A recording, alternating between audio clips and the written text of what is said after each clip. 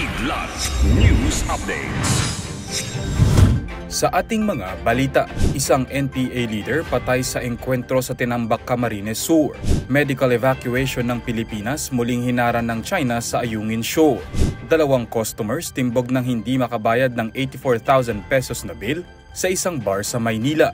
Tinatayang 150,000 ng mga manggagawa maapektuhan ng 35 pesos NCR minimum wage hike. Ako po si Cesar Soriano, kasama ang buong puwersa ng Kidlat News Channel para ihatid ang mga nangungunang balita sa buong kapuluan ngayon. Nasawi sa engkwentro ang isang leader ng New People's Army o NPA sa Tinambak, Camarines Sur. Ayon sa ulat, nakasagupa ng 83rd Infantry Battalion ng Philippine Army at Philippine National Police o PNP ang 8 miyembro umano ng NPA sa Barangay San Ramon noong July 8. Tumagal ng halos 10 minuto ang bakbakan na ikinasawi ng isang nagngangalang Virgel Balcueva, pinuno umano ng Front Operational Command ng Sub-Regional Committee ng NPA. Nahaharap si Balcueva sa patong-patong na kaso tulad ng attempted murder, frustrated murder, illegal possession of firearms at paglabag sa Republic Act 9851 o ang Crime Against International Humanitarian Law. Muling hinarang ng mga barko ng China ang mga barko ng Pilipinas na nag-evacuate sa isang pasyente mula BRP Sierra Madre noong July 7, ayon sa ulat ng Philippine Navy ngayong araw. Saad ni Navy Rear Admiral Roy Vincent Trinidad, 2 Philippine Coast Guard o PCG vessels ang nagsasagawa ng emergency medical evacuation sa BRP Sierra Madre nang harangan ito ng Chinese ships malapit sa Ayungin Shoal. Sa kabila nito, matagumpay na na-evacuate ang may karamdamang sundalo at naihatid sa Palawan.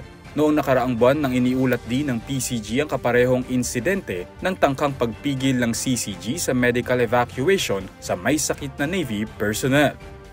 Timbog ang 2 customer matapos magdamag na nag-inuman at hindi nagbayad umano ng kanilang mahigit 84,000 pesos na bill sa isang bar sa Sampaloc, Maynila. Ayon sa lalaking suspect, nasobrahan siya sa kalasingan at kasiyahan na pati ang mga empleyado pinainom niya. Isa siyang seaman na umano'y nagpadespedida dahil nakatakda siyang sumakay ng barko sa July 12. Ayon sa waiter ng bar, nang kanyang in-update ang lalaki sa kanyang bill, nagawa pang magyabang nito na mayroon siyang 100,000 pesos na budget. Pagdating ng singilan, nagkaalaman na wala palang pambayad ang lalaki. Humantong pa sa pisikalan ang paniningil ng bill. Sa bandang huli, wala umanong naibayad kahit 5 ang suspect. Tinatayang aabot sa 40,000 hanggang 140,000 ng mga manggagawa ang posibleng mawalan ng trabaho dahil sa 35 pesos daily minimum wage hike sa National Capital Region.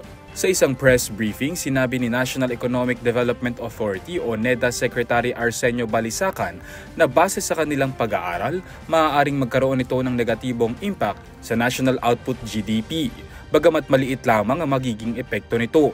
Dagdag ni Balisacan, hindi naman makasisira sa ekonomiya ng bansa ang mangyayaring wage adjustment.